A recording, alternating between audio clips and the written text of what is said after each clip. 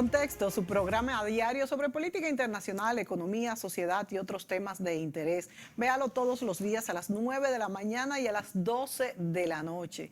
Hoy hemos escogido llevarles a ustedes pues un análisis sobre lo que está pasando en Medio Oriente.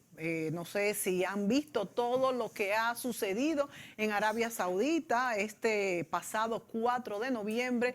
Hubo pues arrestos nunca antes vistos, desde príncipes, exministros, pues fuertes empresarios, personas antes intocables fueron arrestadas. Es verdad que en un hotel de lujo, pero fueron arrestadas en una operación que se le llamó 2030, supuestamente para modernizar el país y democratizarlo. No sabemos, Julio. Bueno, eso dicen ellos, ¿verdad? No sabemos cuáles serán las intríngulis de esto, pero ellos han dicho que es para democratizarlo, después que es un país y ellos han utilizado la palabra, no se han atrevido a utilizar la palabra democratizar. Si hay un país feudal y del siglo XVIII en su costumbre y en su forma, es Arabia Saudita. Sí. Lo que ha habido en Arabia Saudita es un golpe de Estado interno de un sector de la casa Al Saud. Sí. Fíjense, Arabia Saudita es un país, es el único país del mundo que lleva el nombre de una familia.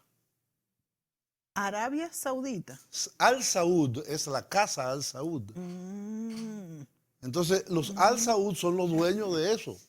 Bueno, la familia real tiene 20.000 miembros, que de hecho pero todos son es eso, es mantenidos por la el casa gobierno. Al Saud. Pero fíjate que entre esa misma casa hay muchos bandos, porque algunos de los Lo que hay, están... pero es el único país del mundo que lleva el nombre de una familia. De un clan. De un clan, de una familia, como se le quiere llamar.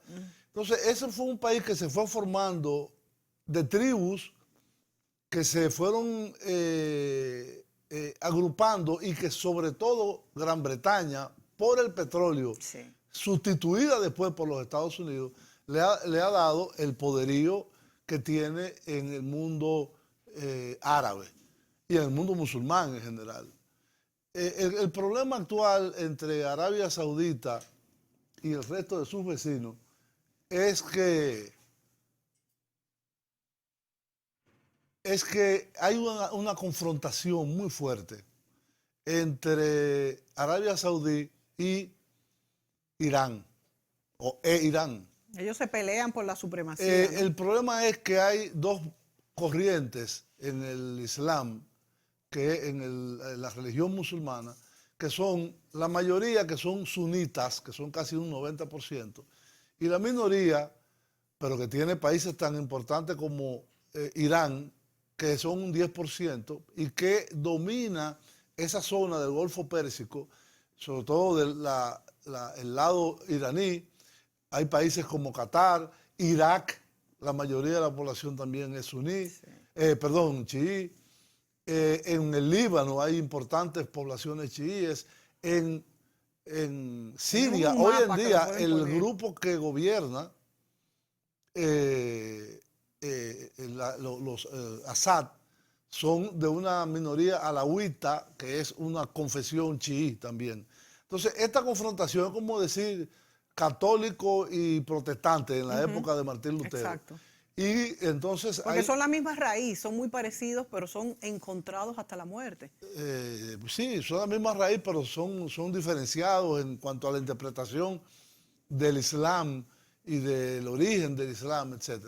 Pero lo que ha pasado también es que Arabia Saudita ha acumulado una gran cantidad de poder en base a su poderío petrolero, y que esa acumulación de poder lo ha llevado a intentar ser la fuerza hegemónica en la región del Medio Oriente. Ahora, en el Medio Oriente hay un otro factor, un tercer factor, que no se puede dejar de observar en todo momento, que se llama el Estado de Israel. Claro. Que es pequeño en territorio, pero que es extremadamente poderoso, sobre todo porque cuenta con el apoyo incondicional de todas las administraciones de los Estados Unidos. En un momento en una conversación yo le dije a un amigo, es que Israel es un portaaviones fijo de los Estados Unidos. Es cierto, A pesar de que ellos tienen sus propios intereses.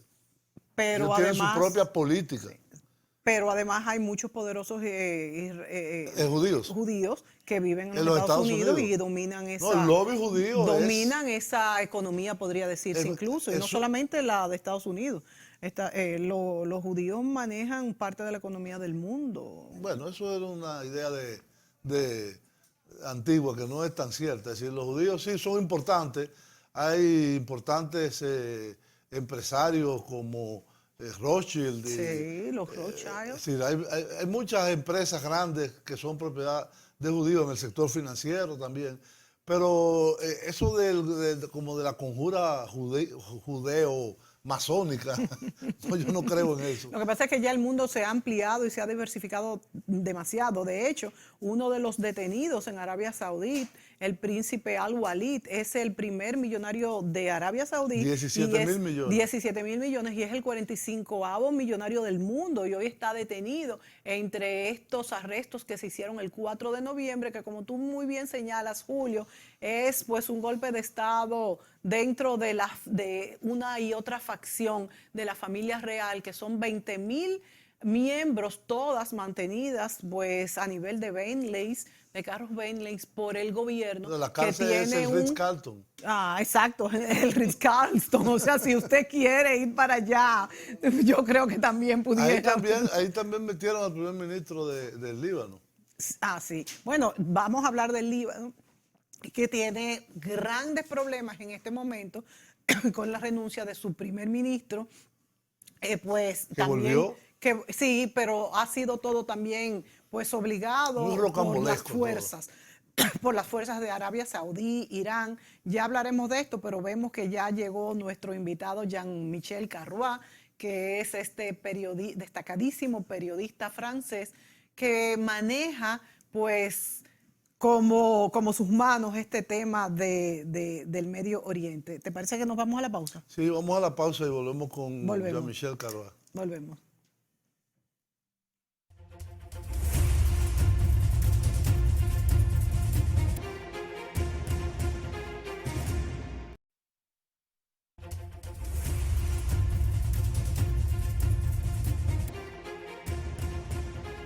Bueno, ya está aquí con nosotros el periodista francés Jean-Michel Carrois. Qué bueno tenerte aquí, Jean-Michel. Un placer. Bienvenido. Gusto. Gracias. Bueno, Jean-Michel, yo creo que es bueno que pidamos ahora un corto video que tenemos de lo que está pasando ahora mismo en Arabia Saudita para que el público se ambiente, para que después sigamos desmenuzando toda esta situación.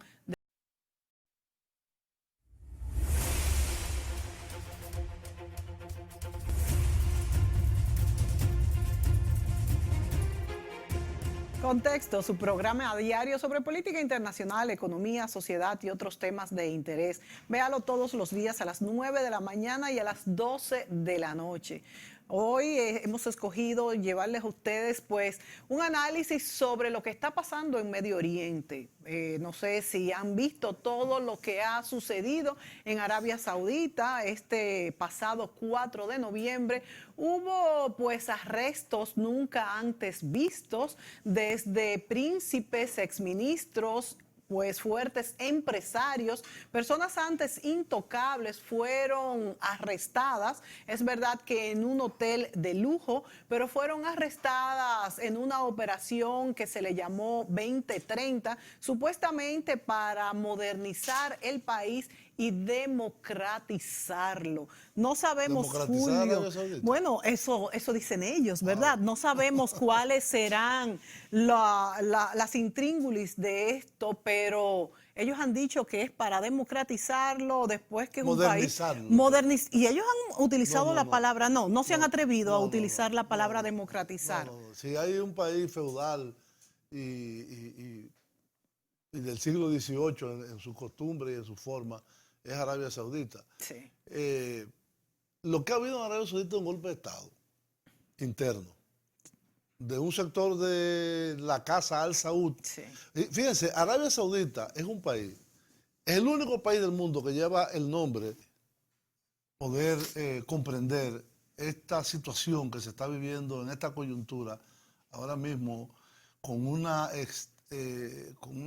crisis inclusive de guerra civil en el Líbano, de confrontaciones entre Irán y Arabia Saudita y su repercusión en la guerra civil de Siria y en otros acontecimientos en el Medio Oriente. Entonces ahí tenemos el privilegio de contar ahora con Jean-Michel Carois y queríamos preguntarle qué es lo que está pasando en el Medio Oriente.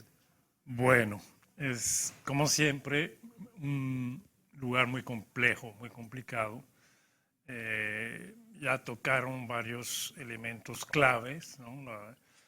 La rivalidad entre chiita y sunita, la presencia del Estado de Israel en la región, pero yo creo que los últimos acontecimientos sumamente importantes son, bueno, la llegada de Trump a la Casa Blanca, Sí.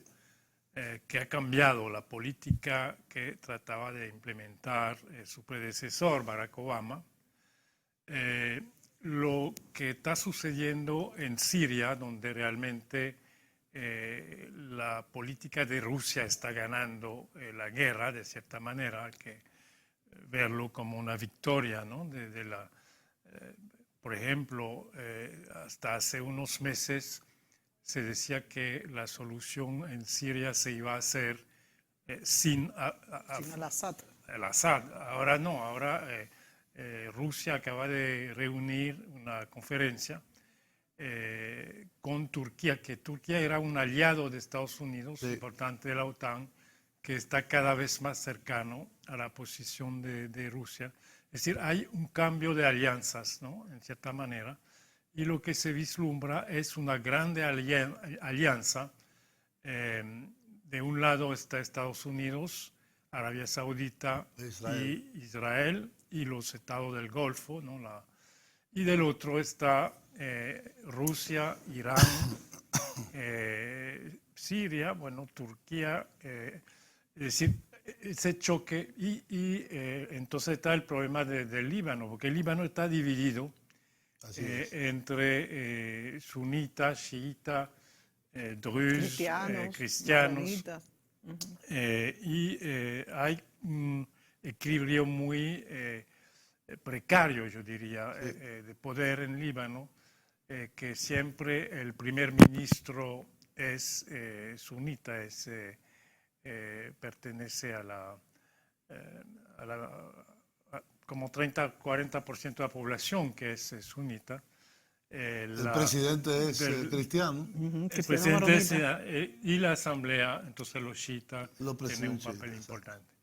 Ese equilibrio se ha roto de cierta manera con la convocatoria y la dimisión del primer ministro Saad Hariri por Arabia Saudita. Dicen que lo secuestraron casi. Dicen que lo convocaron para secuestrarlo. Sí. Después y lo rescató él dio Macron. una entrevista a un canal de televisión muy conocido en el Medio Oriente, donde dijo que no era cierto. Después vino a París, donde se reunió con el presidente francés Emmanuel Macron y dijo que iba a volver a su país y que todo bien, volvió. que no había problema, y volvió a su país. Pero evidentemente la crisis no está resuelta. Es decir, y eso está ligado al hecho de que una fuerza muy importante en el mismo Líbano es el Hezbollah. Hezbollah es una milicia, partido chiita de Dios, muy ligado a Irán, ¿no? Que tiene un vínculo muy fuerte y que ha participado a la guerra en Siria, ¿no? Es decir, que está en el campo de los vencedores, de cierta manera, del conflicto en Siria. Todo eso hay que agregar qué va a pasar con ISIS, con Daesh, ¿no? Que cada día está más disminuido. El territorio de ISIS, de Daesh, el Estado Islámico, se ha reducido, el califato, el territorio en Irak y en Siria, pero al mismo tiempo se ha visto que mantiene su capacidad de dar golpes muy fuertes. Lo hemos visto hace pocos días en el Sinaí, en esa península egipcia, entre Israel y Egipto. Sí. Y, Que mataron 270 personas. Sí. más de 300, Musulmanes todos. 305. 305 fue el conteo final. Y sí, son musulmanes. Hay más Sí, ataques sunitas, contra los mismos ni siquiera musulmanes. musulmanes chiitas, Sí, musulmanes sí. sunitas. Increíble. Sunitas, pero de una... Porque los sunitas están divididos en 4. sí, Sí. que son sufistas. Sí. Sufistas son, bueno, no una secta, pero tienen una creencia más abierta. Ok. Reveran tipos de santos, ¿no?, de la religión. Y eso no está aceptado por Los más radicales. los salafistas. Y también hay que ver lo que está sucediendo muy cerca en África del Norte y en la zona del Sahel, donde hay, bueno, está Libia, ¿no?, que se ha convertido en un territorio totalmente, un estado totalmente fallido, Sí, donde también se está extendiendo con milicias. y toda la zona de lo que se llama ahora los G5, que son los países Malí, República Centroafricana, Haute-Volta, Alto Volta. Alto Volta, bueno, son los países de la zona saheliana, donde Que son también musulmanes. hay una fuerte presencia del Islam y el movimiento, primero Al-Qaeda en esa zona, ahora vinculado con ISIS, ha ido creciendo. Y eso también una zona donde la inestabilidad se está incrementando mucho. Pero hay algo que es importante definir. Es decir, ¿cuáles son los actores fundamentales? En este caso, vamos a decir, los extrarregionales son Rusia, por un lado, y Estados Unidos. Estados Unidos ha sido el poder dominante en la región. Estados Unidos fue el que logró la paz, la firma del acuerdo de paz de Camp David entre Egipto e Israel. Estados Unidos ha sido el gran veedor del régimen saudita también y de las monarquías del Golfo Pérsico. Pero en los últimos años, vamos a decir, o meses, ha habido una especie de giro en el cual la intervención de Rusia en la guerra civil de Siria ha permitido voltear la tortilla, porque ese régimen en el 2015 estaba prácticamente colapsado. Sí, claro, claro. Y hoy en día lo que le queda a la oposición ¿Qué es ISIS? y al Estado, no, hay otra, los kurdos y Bueno, sí, los sí, pero kurdos están apoyados por Estados Unidos. ¿Pero qué tanta proporción? Muy pequeña. No. Es decir, el gobierno ahora mismo se estima, el gobierno de Saad y el llamado ejército árabe sirio, controla alrededor del 80% del territorio. Sí. Y Daesh prácticamente entre la ofensiva desde Irak y la ofensiva en Siria, de Rusia, el ejército sirio, Hezbollah e Irán también, claro, Irán que ha estado participando. Por un lado, en el norte están los kurdos con participación inclusive de tropas norteamericanas, de asesores norteamericanos. Pero ese cambio de orientación está creando algo que alguien le ha llamado el eje chiita, que iría desde Irán hasta el Mediterráneo con Siria y el Líbano. De eso quisiéramos que habláramos en el próximo segmento, Michelle. Volvemos.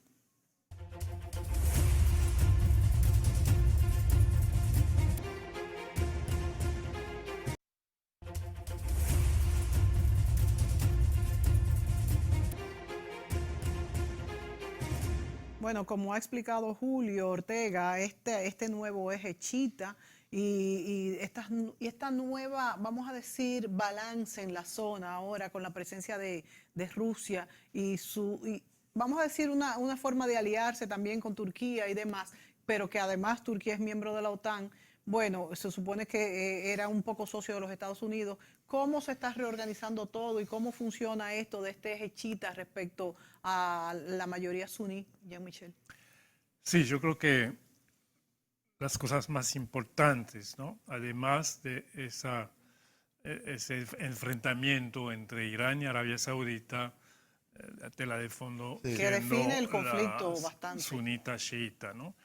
Que es un poco está también la recomposición del imperio, digamos, ruso, para no decir la ex Unión Soviética, Sí, y el temor que tiene Vladimir Putin de lo que pasó y que puede pasar en las repúblicas de Asia Central, donde el Islam es muy fuerte también.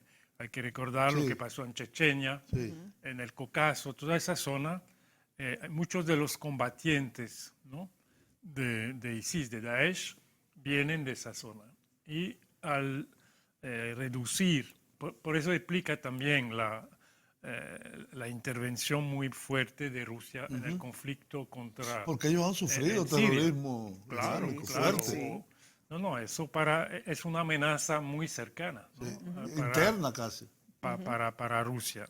Y eso explica la política de Vladimir Putin en ese sentido. Ahora, evidentemente, eso choca a través de Irán, el conflicto Irán-Arabia Saudita con la política de Estados Unidos. Pero bueno, la relación entre Trump y Rusia y Putin también es muy compleja, ¿no? Exacto. Se sabe, bueno, gran parte de la prensa y de los demócratas acusan a Putin y a Rusia de haber influido para que ganara Donald Trump las elecciones. Es decir, es una situación muy compleja en muchos sentidos, que también yo quiero ampliar un poco para introducir dos actores claves que son China y la India Sí. en la zona de Baluchistán. Hay una zona muy grande que un poco como Kurdistán, que se llama Baluchistán, Dentro de que Pakistán. está entre Pakistán, Afganistán, la mayoría, Pakistán, Afganistán e Irán. El Baluchistán es una zona desértica muy amplia, donde hay muchos recursos Naturales. hidrocarburos, mineros de todo tipo, muy ricas en minas, y sobre todo que es un acceso tanto para China como para la India. Es una ruta marítima que se puede abrir desde Baluchistán, desde la costa de Baluchistán, y hay proyectos muy importantes de puertos, un puerto que sería una especie de Dubái, ¿no?, en el Baluchistán pakistaní, que están estudiando los chinos con una liaison No. de ferrocarril, y otro del lado de Irán, que la India Esa es está... la ruta de la seda. Eso te iba a Es decir. la ruta de la seda, exacto, sí, la que ruta de la permitiría, Sí. ¿no?, la exportación de los productos chinos. En lugar de ir por vía marítima, reduciría la duración del Y transporte el costo. y el costo, evidentemente. Es decir, todo eso hay que verlo en ese contexto, ¿no?, de antagonismo entre las Geopolítico. potencias que son las potencias emergentes, ¿no?, del mundo de mañana, porque ya el mundo de mañana va a depender de China, la India y África, ¿no? Sí, Son los sí, tres. sí. Y yo creo que para entender un poco lo que está pasando hay que ampliar un poco la focal, ver un poco todo eso.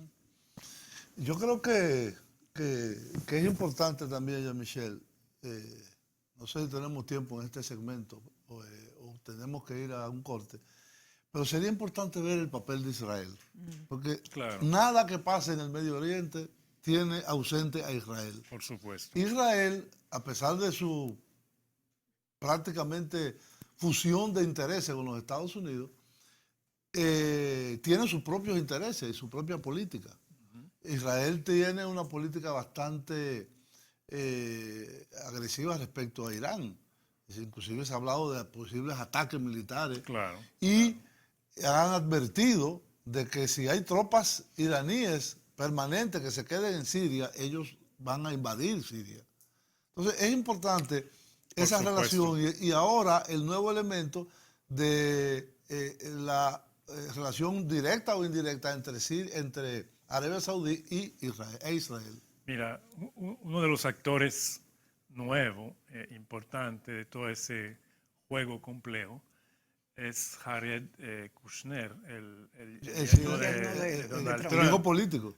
que tipo nunca había tenido experiencia diplomática ni nada de eso, pero Trump lo nombró, ¿no?, como su emisario, y él se pasa el tiempo haciendo viajes entre Jerusalén y Riyadh, ¿no? Y tuvo un papel, según se está comentando, un papel importante en esa nueva alianza discreta, ¿no?, entre Todavía Israel discreta. y Arabia Saudita. Pero según los comentarios, no sé si son ciertos, hay una oferta de que la moneda de cambio en este nuevo eje eventual Estados Unidos, Arabia Saudita e Israel sería el pueblo palestino. Bueno, evidentemente. Es decir, ustedes agárrense de esto que le vamos a ofertar y si no, prepárense para una acción más fuerte.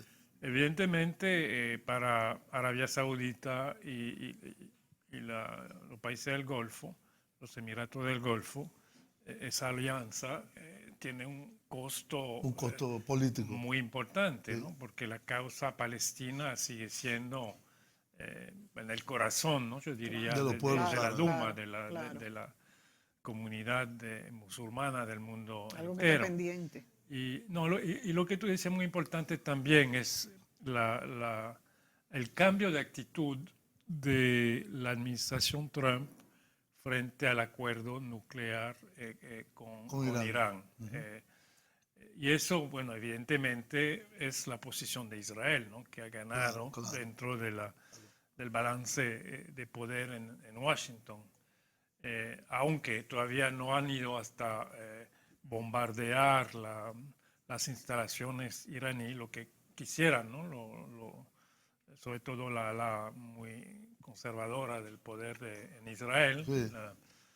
Netanyahu, la gente que está en el poder en Israel ahora. Pero evidentemente hay un afán de enfrentamiento y lo que puede pasar con Corea del Norte podría tener también su impacto, su repercusión ahí. De hecho, hay ahora mismo una especie de guerra fría. Hay lugares donde esa guerra fría se vuelve más caliente, como es el caso del Yemen, que hay una guerra interpuesta ahí entre Arabia Saudita e Irán, el caso de Siria, lo que está pasando con Qatar, que a pesar de que Qatar es un país, parte de las monarquías del Golfo Pérsico, es un país de mayoría chií. Y Bahrein también. Y Bahrein también. Entonces, están enfrente de Irán y pegados a Arabia Saudita. Entonces, todo ese golfo que se ve en ese mapa que está ahí, toda esa parte blanca que se ve entre Irán y los Emiratos Árabes, ese es el Golfo Pérsico. Ahí hay un punto donde sale esa puntita hacia arriba que se llama el Estrecho de Hormuz. Sí. Por ahí pasa aproximadamente el 50% del petróleo que se consume en el mundo. Así es. En barcos. Y es muy fácil de poder bloquear el Estrecho de Hormuz ante un eventual conflicto militar. Entonces, por eso es que hay una presencia tan masiva de los Estados Unidos en la zona militar, portaaviones, etcétera. Y que la ha habido no solamente de los Estados Unidos, históricamente de todas las grandes potencias, de Gran Bretaña y la misma Rusia. Y Francia más. Sí, o sea que esto ha sido histórico. Estos pueblos pues no han podido vivir su propia historia porque siempre han estado invadidos y divididos y amenazados por estas grandes potencias, por el petróleo, por la riqueza. O sea que tenemos aquí en esta zona dos focos que provocan conflictos muy grandes. Una es la religiosa dentro de su propia población y otra es la lucha por el poderío económico, no tanto de la población interna, sino de todos los demás que tratan de apoderarse de la zona y esto ha provocado en Yemen, en el Líbano, en Irán, en Arabia Saudita, en todas partes, En Irán muchísimo, estuvo dividida, de hecho, antes de la Primera Guerra Mundial, y luego en la Primera Guerra Mundial también se luchó en este territorio, de manera que estos pueblos divididos también medalaganariamente después de la Segunda Guerra, o después de la Primera. Después de la primera, exacto, después de la primera, exacto. Cuando el Imperio Otomano desaparece. Exactamente, o sea, no han podido vivir una historia diseñada por ellos, sino por los demás, y esto ha provocado también parte de los conflictos que se ven todavía hoy en día. Bueno, ahí nació la civilización humana. Sí, en Mesopotamia. Las grandes civilizaciones nacieron entre el río Éufrates y el Tigris. Y el Tigris. Y esa es la zona que baja desde Siria hasta el Golfo Pérsico y por Irak. Sí. Ahora, una de las cosas más llamativas, Jean-Michel, es que los Estados Unidos han tenido una presencia desbordada en la zona. El caso de la primera invasión a Irak, la guerra del Golfo en el 91, creo que fue, cuando la invasión de Kuwait, y la segunda, que fue ya la invasión propia de Irak, de los Estados Unidos, que prácticamente destruyó ese país, dio las bases para la creación de movimientos terroristas, como es el caso del Daesh. Y lo de Afganistán, que todavía la guerra sigue. Lo de Afganistán, que todavía sigue. Gracias. Pero lo más llamativo es que el resultado final de esa invasión norteamericana es que uno de los principales aliados de Irán es Irak. Sí. Sí, porque Irak también hay una población chiita muy importante. La mayoría. Entonces, con ese cambio de poder de los sunitas minoritarios que representaba Saddam Hussein a un sistema electoral, vamos a decir, de tipo occidental, los que ganan las elecciones son los chiitas. Claro. No, y lo que pasó también es que después de la segunda intervención norteamericana, se desarticuló las Fuerzas Armadas. Totalmente. Que eran controladas por los sunitas. Sí. Entonces, muchos de los cuadros oficiales superiores fueron los primeros cuadros de ISIS, ¿no? Se fueron a constituir lo que después se conocería como el Daesh, como ISIS. Y eso fue un error grande de parte de Estados Unidos, ¿no? Porque ellos mismos, al desarticular, bueno, eso es lo que se pasó también en Libia, ¿no? Con la destrucción de Gaddafi. Que Gaddafi evidentemente no era nada de un demócrata ni nada de un... Pero por lo menos mantenía el orden, la cohesión. Y la estabilidad. En un país clave porque es la frontera sur de Europa. Y ahora mira lo que está pasando. Hay esclavitud. La ola de refugiados, de migrantes. Sí, es una zona de no derecho, totalmente.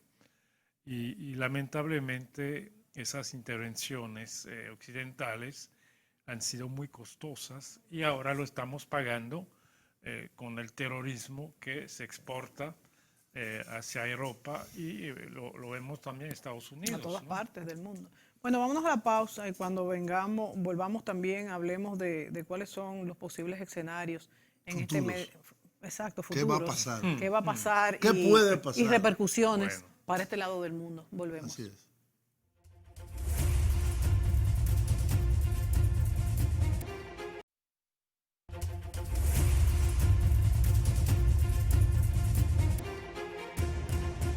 Bueno, la verdad es que el Medio Oriente mantiene al mundo enfocado todo el tiempo, porque es que además los atentados terroristas, incluso a los que no conocen a fondo la situación de lo que está pasando en cada uno de estos países, hace que pongamos la mirada en el Medio Oriente y digamos, bueno, pero ¿cuándo se acabarán estos problemas? Todos conocemos también, aunque no se conozca a fondo la situación de cada uno de los países del Medio Oriente, se conoce el problema de Palestina, se conoce el problema de Israel, de manera que todos conocemos más o menos las repercusiones que tiene esto en lo que es el mundo de hoy en día.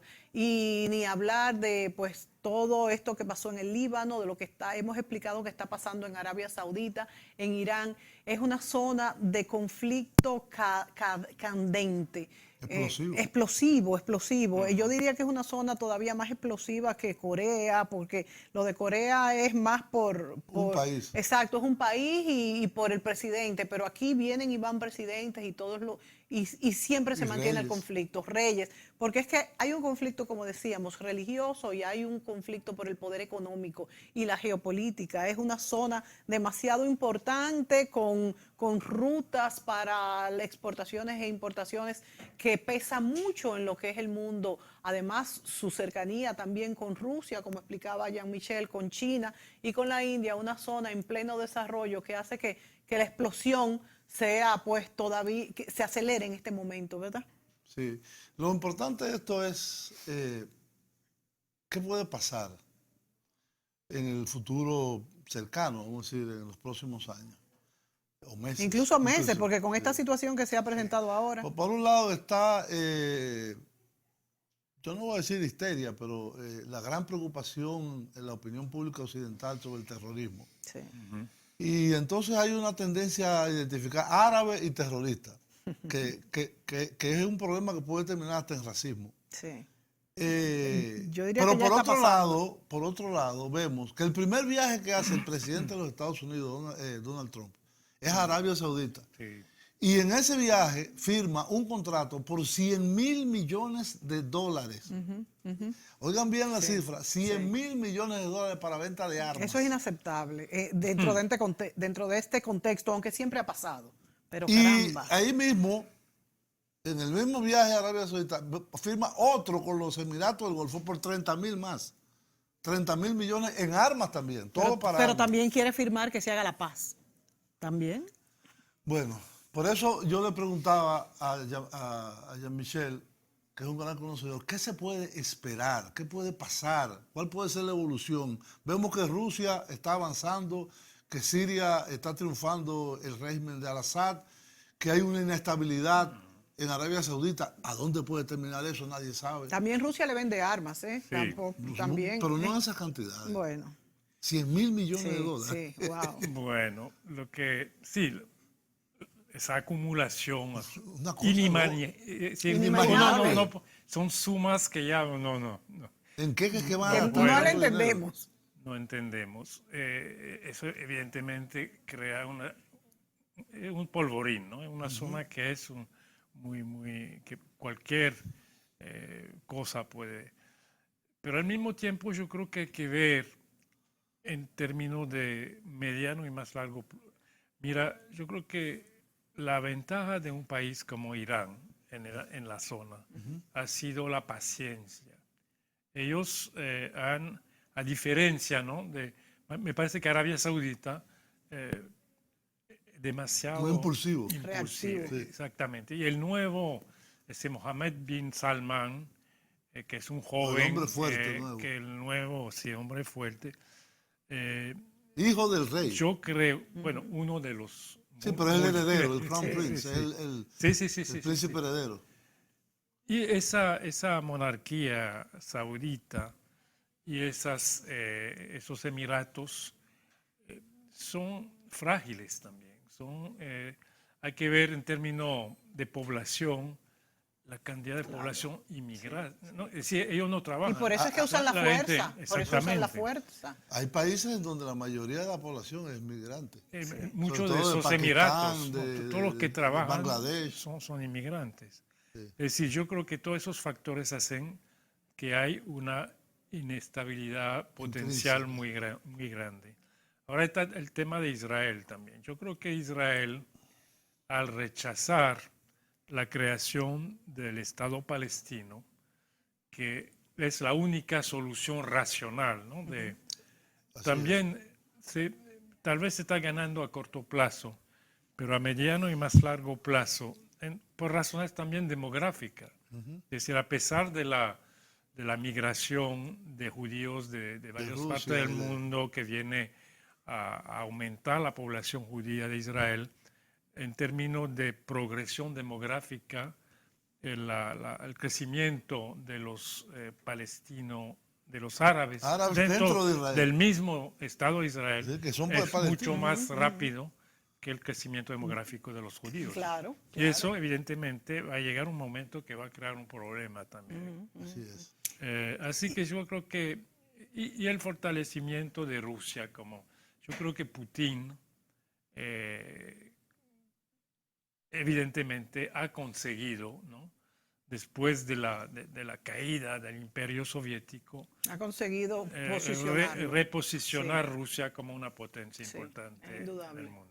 Jean-Michel, ¿y qué crees tú que pasaría, qué es lo que está pasando en Arabia Saudita con esta ola de este nuevo plan de acción supuestamente para la modernización y la promoción económica de Arabia Saudita? Y te lo pregunto porque todas estas medidas que se están haciendo, supuestamente, Julio se reía ahorita cuando yo decía democratizar Arabia Saudita, bueno, quizás ellos incluso Las creo que mujeres han... pueden manejar ahora. Ay, qué Las mujeres barbaridad. pueden ya conducir. Qué barbaridad, Dios mío. Bueno, pero no, esto es real, un desarrollo económico, por lo menos, porque esto pudiera ser una punta de lanza o una puerta abierta para que la zona comience a modernizarse. ¿O tú crees que es totalmente lo contrario, es para que el príncipe heredero pueda tener más poder y anular a todos sus oponentes? Mira, yo iba con cierta frecuencia, pero te estoy hablando de hace 30 años, y ya se estaba hablando del post-petróleo, de la necesidad de pensar Sí. en términos de diversificación Claro. Y no de se hizo. economía, y no se hizo. Bueno, se hizo un poco de diversificación en petroquímica, ese tipo de cosas, pero muy ligada, ¿no?, a la riqueza de hidrocarburos. Pero es que Ahora, el resto yo es un estaba, desierto. Sí. Sí, pero yo estaba leyendo hace unas semanas atrás un artículo muy divertido sobre uno de esos proyectos faraónicos que tiene ese joven Mohammed bin Salman, ¿no?, el nuevo hombre Príncipe fuerte, heredero. que es un proyecto turístico, pero una cosa inmensa, ¿no?, en pleno desierto, en el mar, cosa de miles de millones de dólares, ¿no?, entonces, porque él dice, bueno, vamos a ver lo que se puede hacer, y uno de los sectores de la economía mundial de más rápido crecimiento Es el turismo. ¿no? Y hay que atraer esos chinos, esos indios. Claro, claro, tiene una zona. Y entonces, pero eso choca Con la cultura. con la cultura y con los jefes religiosos, ¿no? Exacto. Porque esas mujeres se van a poner en traje de baño. Claro. Entonces ¿Cómo que van le a llaman? hacer ¿Cómo le llaman en Francia ahora? el burkini. El burkini. Es un bikini con burka. Entonces la idea de ese proyecto que existe, que es un proyecto que ya han gastado millones de dólares para la factibilidad y la cosa, sería hacer una zona totalmente aislada del resto, ¿no?, de la Arabia Saudita. Y no, es una cosa que uno dice, bueno, ellos tienen el dinero para hacerlo, si quieren hacerlo. Ahora lo podrían hacer en términos políticos, vamos a ver, ya las mujeres pueden conducir, pero eso no es un cambio, Bueno, digamos. no es un logro en esta época, Dios mío, para ellas debe serlo. Todavía falta mucho. Falta mucho. Bien, hemos llegado al final de este programa. Habría para otra hora más Claro. con Jean-Michel, pero veremos para ver cuándo lo volvemos a invitar, porque siempre es importante tener una opinión tan objetiva y tan informada como la de Jean-Michel Carvalho. Será a una próxima ocasión.